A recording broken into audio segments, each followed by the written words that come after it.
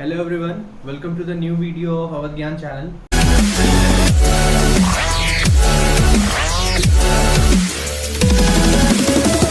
और आज हम लोग जिस टॉपिक के बारे में पढ़ने जा रहे हैं उसका नाम है heat and temperature. Heat and temperature, इन दोनों चीज़ों के बारे में आज हमें थॉरोली स्टडी करना है। फर्स्ट पॉइंट जो हमें जानना है इसमें वो है हीट, जिसको हिंदी में ऊष्मा कहते हैं। पहला क्वेश्चन ये उठता है व्हाट इज हीट। आज हम पढ़ेंगे व्हाट इज हीट, उसकी यूनिट, हीट के इफेक्ट क्या होते हैं, क्या क्या प्रभाव होते हैं ऊष्मा के, इन चीज़ों के बारे में हम लोग डिटेल में स्टडी करेंगे। तो चलिए पहले चलते हैं इस चीज़ पे कि व्हाट इज हीट। हीट क्या है, व्हाट इज हीट। हीट क्या है, ऐसे आप जानिए कि हीट एक फॉर्म ऑफ एनर्जी है, एक ऊर्जा का प्रकार है, ठीक है, एक ऊर्जा का प्रकार है जिसकी वजह से हमें कोल्ड या जो टेम्परेचर में मतलब डिक्रीज या इंक्रीज महसूस होता है, जिसको कि बेसिक लैंग्वेज में हम लोग कहते हैं, जिसकी वजह से हमें ठंडा या गर्म महसूस होता है, उसी चीज को, उसी अनुभव को हम हीट कहते हैं। ठीक है, हीट क्या है, एक फॉर्म ऑफ एनर्जी है जिससे कि हमें हॉट या कोल्ड फील होता है, हॉट या कोल्ड फील होता है। इस चीज को ही हम क्या कहते हैं, हीट कहते हैं। ठीक है, हीट समझ में आ गया। इस तरह ही आपको लिख लेना है, कोई डेफिनेशन रट्टा मारने की जरूरत नहीं है। क्या है हीट, हीट क्या है, फॉर्म ऑफ एनर्जी है जिससे कि हॉट और कोल्ड को हम फील करते हैं, वही चीज हमारी हीट होती है। ठीक है, हीट समझ में आ गया होगा। अब देखिए दूसरी चीज ये आपके सामने आती है कि हीट की यूनिट क्या है। तो बहुत सिंपल चीज है, आपको मैंने लास्ट जब पढ़ाया था टॉपिक, तो उसमें हम लोगों ने एनर्जी को डिस्कस किया था और एनर्जी की हमने क्या यूनिट निकाली थी, जूल निकाली थी, है ना, जूल निकाली थी। तो हीट क्या है, एक फॉर्म ऑफ एनर्जी है, इस वजह से इसकी भी जो यूनिट होगी वो क्या होगी, जूल होगी। हीट की यूनिट क्या होगी, जूल होगी। समझ में आया आपको। तो दो चीजें हमने यहाँ समझ ली कि व्हाट इज हीट और इसकी यूनिट क्या होती है। ठीक है, अब बढ़ते हैं नेक्स्ट पॉइंट की तरफ, जो ज्यादा इंपॉर्टेंट है कि इफेक्ट क्या होते हैं, हीट किस तरह से प्रभाव करता है, क्या क्या चीजों में बदलाव आता है अगर ये हीट काम करती है किसी चीज पे। तो ठीक है, तो इतना नोट कर लीजिए, फिर बढ़ते हैं नेक्स्ट पॉइंट पे। चलिए तो बढ़ते हैं नेक्स्ट पॉइंट की तरफ कि इफेक्ट्स क्या हैं, हीट के क्या क्या प्रभाव होते हैं, किन किन चीजों में हमें चेंज देखने को मिलता है हीट के वजह से। तो फर्स्ट पॉइंट जो हमें पढ़ना है वो है चेंज इन टेम्परेचर। टेम्परेचर पता है, तापमान में क्या बदलाव आता है। ठीक है, चेंज इन टेम्परेचर।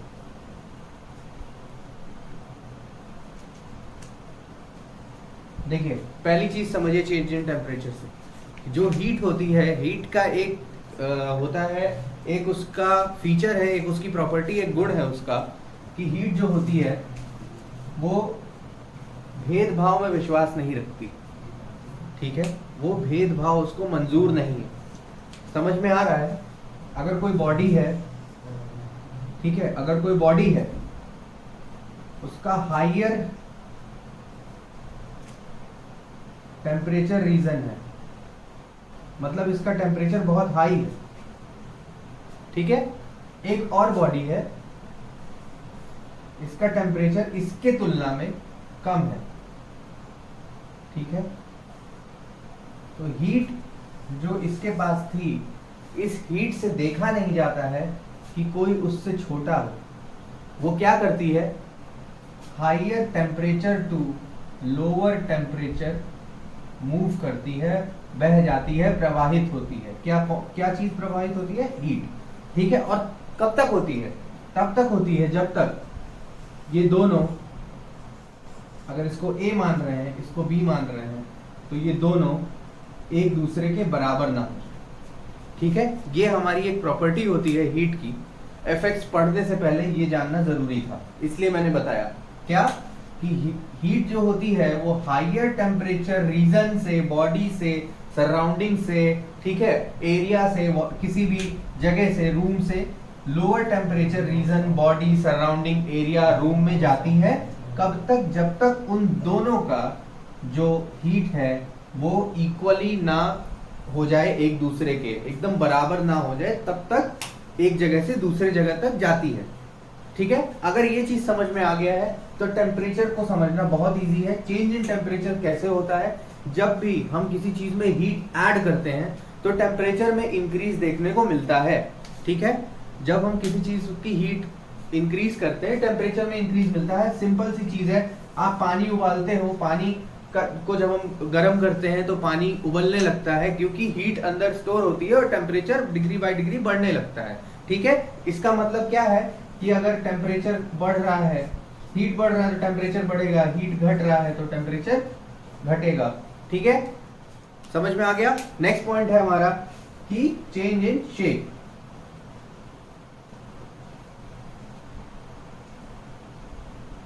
देखिए चेंज इन शेप समझिए, जब कभी भी हम लोग किसी चीज को गर्म करते हैं या हीट बढ़ाते हैं, गर्म करने पे क्या होता है, किसी भी चीज का आकार बढ़ता है। क्या होता है, आकार बढ़ता है। आप दूध उबालते हो, अधिकतर टाइम आप देखते होगे दूध गिर जाता है, आपके बर्तन से दूध गिर जाता है। क्यों गिरता है वो दूध?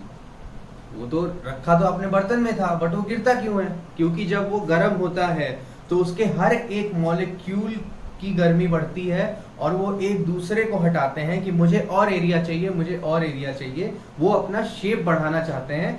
इस वजह से जो आपका वो होता है, क्या कहते हैं, जो आपका सेकंड पॉइंट है, शेप है, जो वो बढ़ जाता है। हीट के बढ़ने से शेप बढ़ जाता है। पहला पॉइंट समझ में आया, इंक्रीज से इंक्रीज होता है, डिक्रीज से डिक्रीज होता है। दूसरा पॉइंट है शेप में क्या चेंज होता है, अगर हम हीट बढ़ाते हैं तो शेप बड़ा होता है, अगर डाउन करते हैं, ठंडा करते हैं तो शेप छोटा होता है। एग्जाम्पल के तौर पे अगर हम पानी को गर्म कर रहे हैं तो वो वेपर के फॉर्म में होता है, वाष्प बन जाता है। और आपको पता है गैस का कोई भी लिमिटेड एरिया नहीं होता, कोई भी लिमिटेड वॉल्यूम नहीं होता, वो जहां तक चाहे वहां तक फैलती है। ठीक है, और अगर हम पानी को ही, जिस पानी को हम गर्म कर रहे थे, उसी पानी को अगर हम ठंडा करते हैं तो एक भगोना भर के पानी रखिए और आप देखेंगे कि उस पानी को हम उबाल रहे थे तो वो वेपराइज हो गया, बहुत ज्यादा एरिया में चला गया। और बचे हुए पानी को अगर हम फ्रीज करते हैं तो वो उसका एरिया उसके कंपैरिजन में और कम हो जाता है ना, कम हो जाता है, बीच में गैप रहता है बट कम हो जाता है। ठीक है, तो दूसरा पॉइंट आपको चेंज इन शेप समझ में आ गया होगा। चेंज इन स्टेट आपको पता है, सॉलिड लिक्विड गैस 3 होते हैं। हीट आप इसमें, अभी मैंने चेंज इन शेप और चेंज इन स्टेट में बहुत ज्यादा फर्क नहीं है, बस एक चीज समझना है आपको कि क्या बढ़ाने पे, हीट को जब बढ़ाते हैं सॉलिड टू लिक्विड होता है, लिक्विड टू गैस होता है, सेम चीज उल्टा चलता है। ठीक है, आपने ये 7वीं 8वीं में भी पढ़ा होगा, सब्लिमेशन क्या होता है, फ्रीजिंग क्या होता है, ठीक है, वेपराइजेशन क्या होता है। सॉलिड टू लिक्विड हीट बढ़ाने पे, लिक्विड टू गैस हीट बढ़ाने पे, गैस टू लिक्विड आते हैं हीट जब डिक्रीज होता है यानी कूल डाउन करते हैं, लिक्विड टू सॉलिड हो जाता है जब उस लिक्विड को ही और डाउन करते हैं, उसका टेम्परेचर। ठोस द्रव गैस हिंदी में बोलते हैं इसे। ठीक है, इतना समझ में आया। नेक्स्ट पॉइंट है हमारा केमिकल चेंज क्या होता है। ठीक है, केमिकल चेंज क्या होता है। देखिए केमिकल चेंज समझने के लिए सबसे बेसिक चीज ये है कि कोई चीज है वो normal temperature, normal standard temperature region में रखी है, मतलब रूम टेम्परेचर पे है। ठीक है, कोई उसके ऊपर अलग से कोई भी काम नहीं किया जा रहा है, 2 चीजें हैं। ठीक है, उन दोनों चीजों को आपको आपस में मिक्स करना है और अच्छे से मिक्स करना है। तो उसको मिक्स करने के लिए आप क्या करते हो, किसी देखा होगा गर्म करते हैं ना, गर्म करके चीजों को मिक्स करते हैं। अगर आप इंजीनियरिंग के स्टूडेंट हो, आपको पता है कि अगर आपको आयरन को और किसी दूसरे एलॉय को एक साथ मिलाना है या दूसरे किसी मेटल को एक साथ मिक्स करना है, ठीक है, तो उन दोनों को मिक्स करने के लिए आप क्या करते हो, आप उसे गर्म करके गलाते हो। जब मेल्ट हो जाता है तब उन दोनों का एक प्रॉपर मिक्सचर बनता है जिस रेशियो में भी आपको चाहिए होता है। तो क्या समझ में आ रहा है यहाँ से, केमिकल चेंज कैसे होता है कि किन्हीं भी 2 केमिकल कंपाउंड्स को अगर हमें मिक्स करना है एक साथ, तो उन दोनों को मिक्स करने के लिए क्या करना पड़ता है, हमें हीट की मदद लेनी पड़ती है। ठीक है, ये पॉइंट समझ में आ गया। नेक्स्ट पॉइंट है हमारा फिजिकल प्रॉपर्टीज का चेंज। कौन सा चेंज, फिजिकल प्रॉपर्टीज का चेंज। सबसे बेसिक समझिए, फिजिकल प्रॉपर्टीज मतलब जो भौतिक गुण होते हैं, जैसे कि आपका इलास्टिसिटी है, डक्टिलिटी है, मैलिएबिलिटी है, हार्डनेस है, टफनेस है, कठोरता जिसको कहते हैं। किसी चीज की कठोरता बढ़ानी होती है तो हम क्या करते हैं, समझ में आ रहा होगा। किसी चीज की कठोरता घटानी है अगर, तो हम उसे हीट अप करते हैं, गर्म करते हैं। किसी चीज की कठोरता बढ़ानी है अगर, तो उसे कूल डाउन करते हैं। ठीक है, तो ये इफेक्ट होता है हीट का properties of physical properties change पे। इलेक्ट्रिकल प्रॉपर्टीज चेंज पे समझिएगा। ठीक है, हीट के फ्लो से करंट के फ्लो में चेंज आता है। ठीक है, मैं ये नहीं कह रहा हूं कि हीट बढ़ाने से चेंज आता है, बट अगर आप हीट फ्लो कर रहे हो, हीट का अगर नॉर्मल से अप डाउन हो रहा है तो करंट के फ्लो पे उसका असर पड़ता है। ठीक है, अभी जब हम लोग इलेक्ट्रॉनिक्स पढ़ेंगे, इलेक्ट्रिकल वाला पोर्शन पढ़ेंगे, तो वहां इस चीज को डिटेल में डिस्कस करेंगे। बट अभी आप ये समझिए कि इलेक्ट्रिकल प्रॉपर्टीज में क्या चेंज आता है कि जब भी इसमें हीट का फ्लो होता है तो जो करंट होती है, करंट के फ्लो पे चेंज आता है। ठीक है, ये आपको 6 पॉइंट्स नोट कर लेते हैं। Change in temperature, change in shape, change in state, chemical change, physical properties का चेंज और इलेक्ट्रिकल प्रॉपर्टीज का चेंज।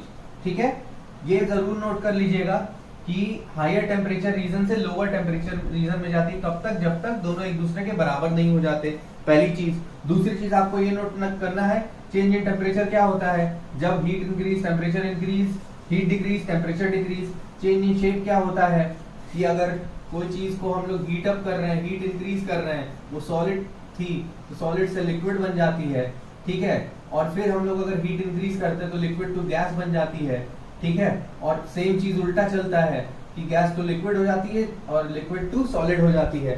ठीक है, नेक्स्ट है केमिकल चेंज। केमिकल चेंज क्या है, आपके पास आयरन है, ठीक है, आपके पास आयरन है और आपके पास कोई भी दूसरी चीज है, इन दोनों को मिक्स करना है आपस में, तो आप हीट को इंक्रीज करते हो तो ये दोनों लिक्विड के फॉर्म में जब आती हैं तो अच्छे से मिक्स होके आपको एक नया कंपाउंड बना के देती हैं। ठीक है, समझ में आ गया।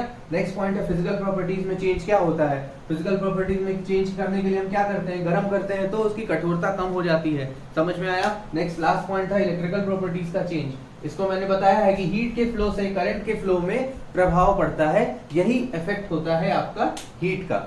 समझ में आ गया 6 पॉइंट। तो इन 6 चीजों को आपको अच्छे से डिस्कस स्टडी कर लेना है। हीट क्या होती है, हीट एक फॉर्म ऑफ एनर्जी होती है, बता ही दिया था, जिसकी वजह से हमें ठंडा या गर्म महसूस होता है। उसकी यूनिट मैंने बता दिया था, एमकेएस सिस्टम में जूल होती है। ठीक है, नेक्स्ट कुछ इंपॉर्टेंट पॉइंट्स है जो मैं आपको बताने जा रहा हूँ, इतना नोट कर लीजिए तो आगे बताते हैं।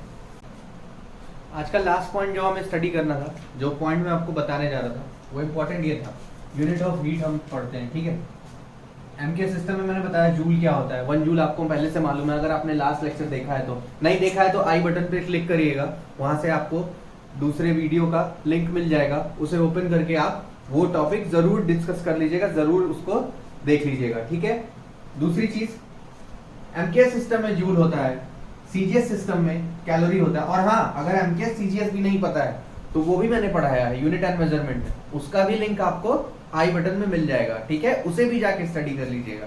ठीक है, सीजीएस सिस्टम में हम इसे कैलोरी कहते हैं। अब देखिए, एमकेएस जूल हम जानते हैं क्या होता है, कैलोरी ये क्या है, मैंने लिखा ये क्या है, कैलोरी क्या होता है।